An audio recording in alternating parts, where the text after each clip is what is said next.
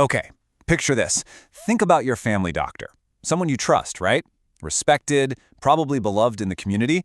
Now, what if that same person was secretly one of the most prolific serial killers in modern history? Well, that's not fiction. This is the absolutely chilling, true story of Dr. Harold Shipman. Yeah, you see that number right, 250 plus. Over more than 20 years, this doctor, this GP, is thought to have murdered at least 250 of his own patients. And honestly, the true number, we might never know. It's just a staggering scale to even think about. So the question that just hangs in the air is how? I mean, how did a trusted family doctor, a guy who took an oath to do no harm, become Britain's most prolific serial killer? And how did he get away with it for decades, right under everyone's noses? That's the mystery we're going to dive into. Okay, so to really get our heads around how Shipman did this, we've got to talk about a specific and frankly terrifying type of killer he represents. It's known as the Angel of Mercy. So what is an angel of mercy? Well, in the world of criminology, it's a medical serial killer. Usually, it's a caregiver, a nurse, a doctor, someone who murders the very people they're supposed to be taking care of. You know, the vulnerable. It's often about this twisted sense of power, and they do it in places you'd think are the safest. Hospitals, nursing homes, or, like in this case, your friendly neighborhood doctor's office. And that leads us right back to the man himself, Dr. Death, Harold Shipman, who unfortunately became maybe the most infamous and deadliest example of this kind of killer ever. I mean, look at him. On the surface, Harold Shipman was, by all accounts, the perfect family doctor. He was super popular, especially with his elderly patients. He was a pillar of the community in Hyde, Greater Manchester. And that friendly face, that trusted persona, well, it was the perfect cover for something truly monstrous.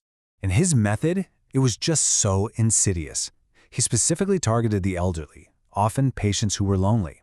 He'd gain their complete trust. He'd go the extra mile, visit them at home, listen to them. Some even gave him the keys to their houses. I mean, that's the level of trust we're talking about.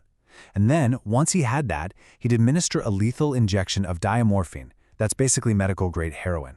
And the final, awful step, he just forged the death certificate, citing old age as the cause. For over 20 years, nobody suspected a thing. He operated like this for over 2 decades. It was a perfect, horrifying system. But then, he got greedy. And one single mistake, one fatal act of greed, is what brought the whole thing crashing down. And it all came down to his final victim, a woman named Kathleen Grundy. She was 81 years old, a former mayor of Hyde, and by all accounts, in pretty good health for her age. Then one day, Dr. Shipman pays her a visit, and she's found dead. So, on June 24, 1998, Kathleen Grundy is found dead right after Shipman leaves. But here's the thing. Her daughter, Angela, was a lawyer, and she found something that just didn't sit right. A new, crudely forged will that left her mother's entire estate to, you guessed it, Dr. Shipman. It was a massive red flag, so Angela calls the police. This sparks a real investigation, they get permission to exhume the body for an autopsy, and boom, the proof is right there, a fatal dose of diamorphine. And just like that, the whole thing starts to unravel. And the final nail in the coffin was just pure irony. You could say he might never have been caught if he only knew how to use a computer properly. When the police searched his computer, they found the forged will document. He had tried to backdate it, to make it look like it was created before she died, but he didn't realize that computers timestamp everything. The file showed it was created after her death. It was that simple mistake that completely sealed his fate. So Shipman gets caught, but his downfall opened up this huge, really disturbing can of worms. It wasn't just about one evil man anymore. The question became, how did a whole system fail so badly that a doctor could get away with murder over and over for more than 20 years? This case was such a shock to the system that the government launched what's known as the Shipman Inquiry. This was a massive, official investigation designed to figure out just how he managed to evade detection for so long. The goal was to find every single loophole he slipped through and, hopefully, close them for good. And what they found was a whole list of critical failures. For starters, the death certification process was a joke. A doctor could just sign off on a death, and that was it. No second opinion, no checks. Shipman was literally certifying his own murders as natural causes.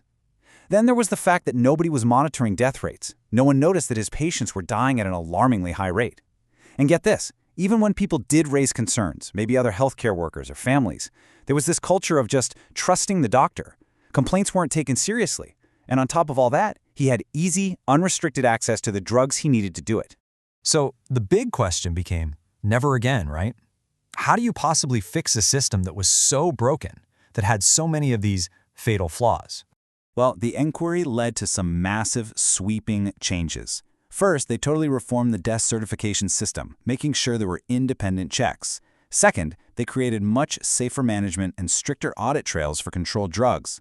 Third, a whole new, much more robust system for patient complaints was put in place. And finally, and this one's huge, they strengthened professional regulation. Now, doctors have to go through periodic revalidation to prove they're still fit to practice. And let's be clear, these weren't just small tweaks. These changes represented one of the biggest overhauls of medical governance in the UK in modern history. Shipman's crimes literally changed the fundamental relationship between doctors, patients, and the very systems meant to keep people safe. It's just such a horrifying story, and it's a powerful reminder that sometimes the greatest danger can hide behind the most trusted of faces. And it really leaves us with one final, pretty unsettling question, doesn't it? What blind spots still exist in the systems we trust with our lives today?